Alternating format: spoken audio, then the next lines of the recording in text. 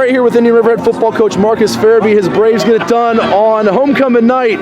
Big plays by his two studs there in Tyrell Sproul and Lamarion James. And coach, what can you say? 2 years ago, you remember this game with Deep Creek, it being a battle to the very end. And tonight, it's tied up. Looking like it might go to overtime, and Tyrell Sproul makes the game-winning play for you, a 41-yard touchdown with 21 seconds to go. It's crazy because I thought it was third quarter still. Did you really? Yes, the clock's still reading third quarter right now. I don't know who was working the clock, but I'm the clock guy, right? Calm. I'm kind of glad. I didn't panic or anything. I was like, all right, we're fine. You know, we're controlling the ball. I'm thinking it was third quarter, and my O-line coach was like, you know, take a time out. I'm like, why?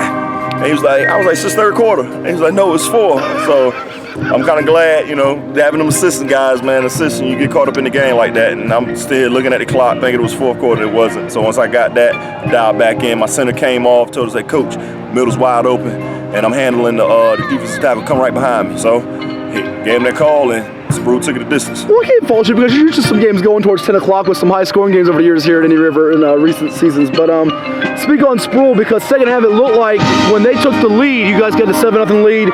They had those two touchdowns or the two big takeaways in the third quarter that you said, if I'm going down, I'm going down with Sproul and James running the ball and attacking. We had a game plan, you know, coming in. They came out, gave us some unscouted looks. You know, they haven't played that much man-free on film at all on the film that I've seen. So came half, I had to adjust. And, you know, what two better guys to turn to with, you know, Lamarion James and Tyrell Sproul, just let those guys get the ball, let them go. Yeah. And get behind the O-line, and they answer the call. Well, and that's a tough defense to move the ball. And as you know, I think coming in, they were averaging and allowing just less than 8 or 7 points a game. Very, very big and physical up front. You had that big 15-play drive, converted some key third downs out of fourth down there. Lamarion caught it and spun off a guy. I mean, how satisfying was that? I mean, as a play caller, you're sitting there going, all right, you know you have to grind out some drives like this come playoff time, and you guys did it.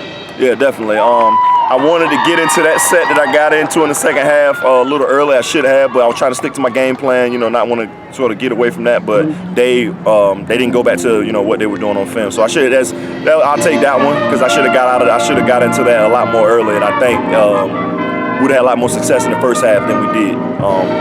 Compared to the second half. Tell me about, I mean, number one for Deep Creek, Antoine Flora. I mean, that guy was making plays all night. How did you guys try to keep him from exploding? Because I think he came in averaging 3 touchdowns a game, and he made some plays, but you neutralized them to an extent. We preached all week, let's get into him. You know, getting 11 hands to the ball. He breaks a lot of tackles, so every time he was breaking the tackle, we had another guy on him. Then another guy would come wrapping us. So we just want to get all 11 hands to the ball to contain him, because I know if he breaks that first tackle, a lot of times on film he took it this. So we just want to get everybody to the ball and contain him up front. Come on, let you run. Appreciate the time. A lot documented going into a couple of the newcomers on defense. Antoine Powell-Ryland going to Florida, and rightfully so. The other guy, though, Tion Costa, my gosh, in the first half, he must have had about 6-7 tackles, 4 for loss.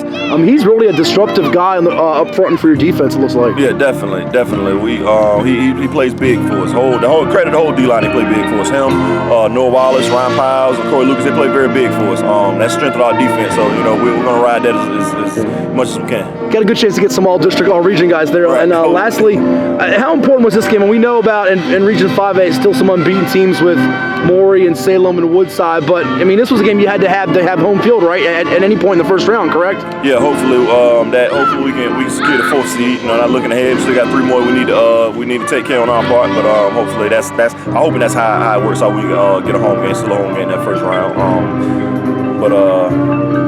Might see these guys again, right? I mean, it's possible. That possibly. Them and Nancy River just home. I think we're all going to be right behind each other. When down that last game, 4, 5, and 6, if we all went out just looking at how the wins and losses may stack up, it's possible 4, 5, and 6 will be Nancy River, Deep Creek, Indian River. So somebody's going to be playing somebody they already played already. So I talked to one of their coaches, told him we'll probably end up seeing each other again in the playoffs, and possibly first round. Just looking at how it's all, panning out in Class 5. Class 5A is going to be a gauntlet this year. Could be a 6-4 team left home. Well, the Braves, though, they know that they're going to be there. Thank you so much. Congrats on the win. Appreciate it.